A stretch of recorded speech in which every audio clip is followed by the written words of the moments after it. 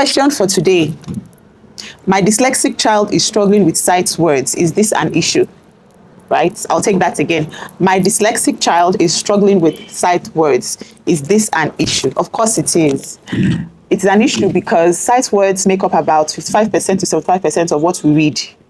So it means if you're reading a passage and you don't know sight words, you're going to struggle through half of the words that you have to read. So your reading fluency is reduced by 50% or more if you don't understand sight words. You have phonic words, you have sight words, right? Phonic words are words that you read by decoding the sounds. For instance, you have cats, right? You have to decode the sound and then cats, right? So this is a phonic word. So you have so many phonic words as well as sight words. Then sight words are words that you do not have to decode them. The essence of sight words is automatic recognition. You have to memorize them so that your reading is smooth, fluent, and also to help comprehension. So you have sight words like eats, she, he, was. You know, these words occur a lot. There's no passage you read that doesn't have most of these words. This, there, why, where, etc, etc. You have so many sight words, so many sight words. So that's the goal for sight words. You have to memorize them. The goal is automatic recognition. The children will see it and immediately know what this is without decoding by saying shh. No, we don't want that. You see it, you know it, so they have to memorize it. So like I said, it will be a bit hard for dyslexic to perfect the understanding or mastery of sight words, but it's very doable. It's doable 100%. It can be achieved. There are different ways to do that, but I'll just explain the one that we use more in school. Now we get a passage. This is a passage, right? And in this passage, you can see that this passage is chunked up. When I say chunked, it's not much. You don't have so many words, unlike this book now. Yeah, we have lots of words in this book. This is too much for a dyslexic. This will cause a lot of distractions for a dyslexic child, a lot of confusion. So we avoid books that are filled up with so many words and prefer books that are chunked like this, right? This is just perfect for a dyslexic child. And you can see that I've used my colored pen to mark out all the sight words. I've marked out all the sight words. And in this passage, you have 25 sight words out of 58 words. Remember I said sight words make about 55%, 75% of a passage or a book, right? So it's a lot. So we have 58 words here.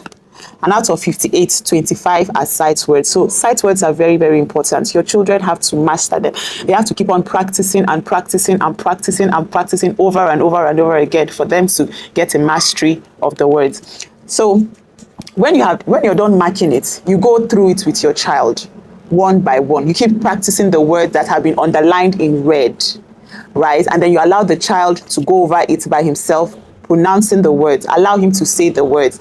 At some point, you'll give it to him to read by himself unassisted. The goal is not to mark his reading, right? You're not interested in fluency at this time. You're just interested in him recognizing as many words as possible. Okay, so you won't mark him for poor reading or reading was not smooth or fluency wasn't. No, the goal is, do you recognize the words and can you say the words, right? So when he is done with this, well done, good job. And then you move to another passage. And like this one now, we have 21 words that are sight words out of 37 words, right? So he keeps practicing, right? He practices as much as possible, as many times as possible.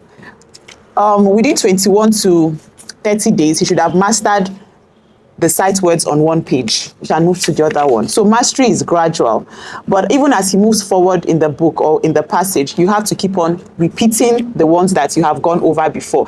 The ones that he has mastered, he has to keep on going over those words again and again to build confidence, all right, to build confidence and to better ingrain it in his memory or her memory. So yeah, this is actually the easiest form. Just get a passage.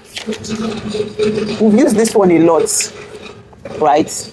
And then underline in red and go through it with the child. So on this page, I have read. So when I say read, the child will say it after me, read, and he will use his own pen or pencil and point to the word as you say it. Read, and, ha.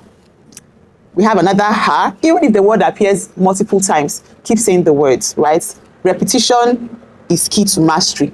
No, to, have, the, did, you, know, that, of, I, knew, that, said, knew, that. You see that I repeated some words more than twice, right? And you go on. So when you're done, you give it to him. You can do this practice twice or thrice and then give the child to see how well he recognizes the words and how well he has memorized. If he gets only 3 or 4, it's fine. You come back to it another day. But usually within 21 days, he would have mastered all the sight words on one page and then can move to the next one. If he memorizes them before the 21 days, you keep moving, right? But always go back to repeat and practice, and that's it, right? Dyslexics actually can learn to read and master reading. It just depends on the strategies that you use to help them decode words, okay?